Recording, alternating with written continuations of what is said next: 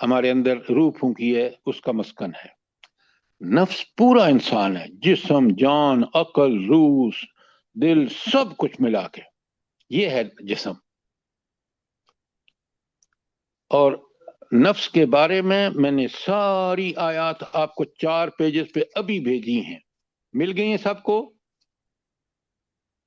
جی سر. جی ہاں. اچھا، اب جن صاحب نے کل ہاں انصار صاحب آپ آ گئے. آپ کو کل سوال کیا تھا نا آپ نے کہ دل اور روح میں کیا فرق ہے، یاد ہے آپ کو؟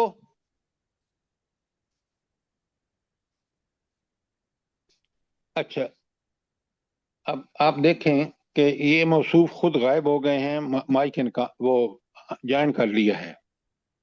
نہیں میں سن رہا ہوں سر، وہ آن کرتے ہوئے نا، اسپیکر آن کرتے ہوئے ٹائم لگتا ہے. اب ٹائم جلدی کریں.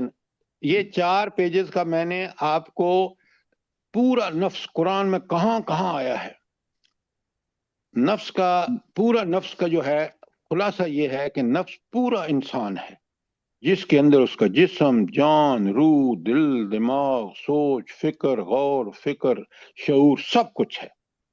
یہ ہے انسان.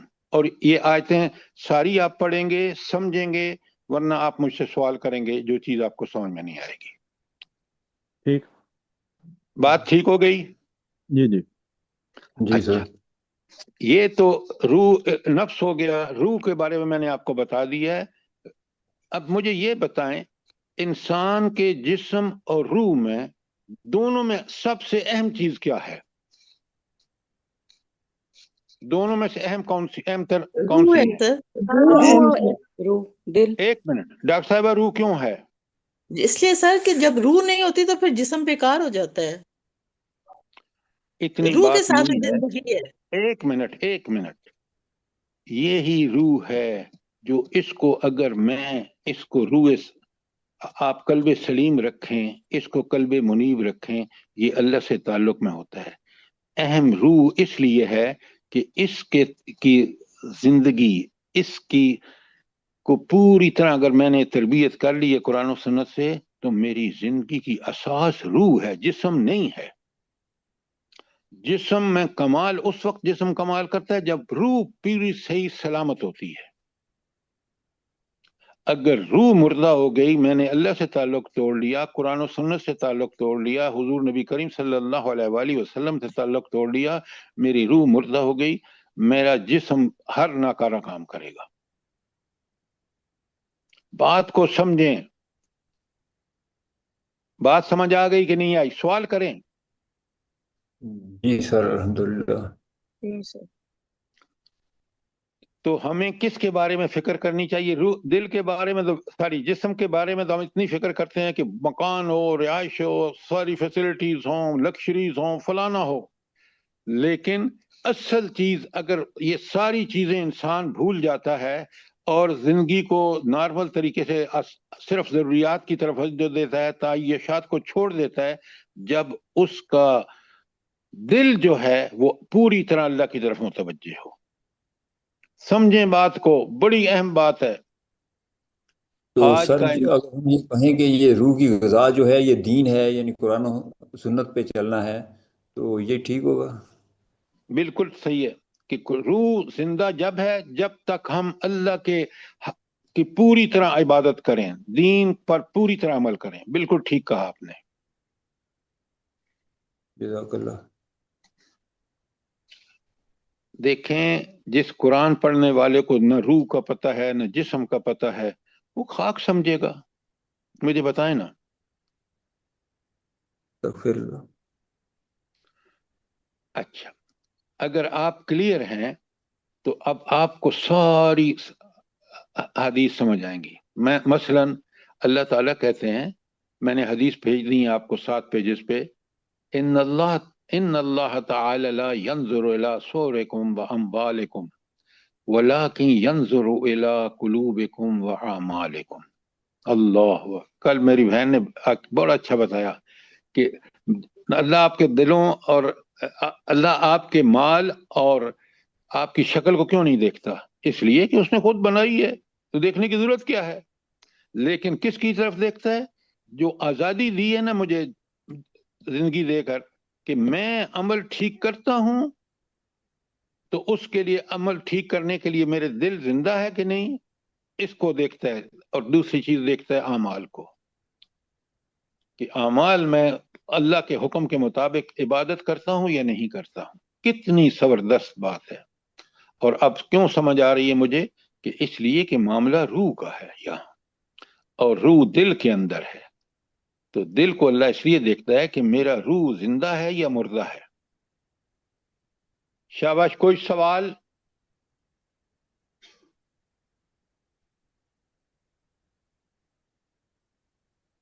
آگے چلتے ہیں۔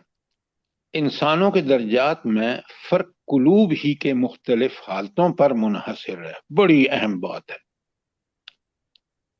آپ ذرا دیکھیں، دو آدمیوں کا ایک ساتھ ایک ہی امام کے پیچھے نماز پڑھنا، مگر فضیلت میں زمین و آسمان کا فرق ہے۔ آپ اکیلے بھی نماز پڑھ رہے ہوں تو آپ مجھے بتائیں آپ کی کون سی نماز جو ہے وہ آپ کی فضیلت کو ڈٹرمن کرے گی؟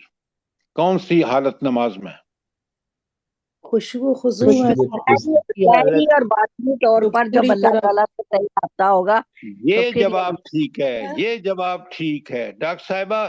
ہمیشہ نماز وہ جس کی اقامت کی جائے گی، جس کے ظاہری اور باطنی آداب کے ساتھ ادا کرے گا، اس کا درجہ فضیلت والا ہوگا۔ بات سمجھ آئی کہ نہیں آئی؟ جی سر، سنا جی سنایا جواب مت دیا کریں۔ جب ہم پڑھ رہے ہیں، ساری چیزیں آپ کو بتائی گئی ہیں کہ نماز، جب تک میری نماز اقامت نماز نہیں ہوتی، اقامت نماز کب ہوگی؟ وہ جو میرے ظاہری آداب ہیں اور باطنی آداب ہیں، اگر اس کے تحت میں نے نماز ادا کی ہے تو واقعتاً وہ نماز ایسی نماز ہوگی، ان الصلاۃ تنہی عن الفحشاء والمنکر۔ ورنہ نمازی نماز پڑھ کے دکان پہ آ کے جھوٹ بولتا ہے، نمازی نماز پڑھ کے اپنے کام میں غلط حرکتیں کرتا ہے۔ سوچیں دیکھیں آج ہم کس قدر دین کے تقاضوں سے دور ہیں۔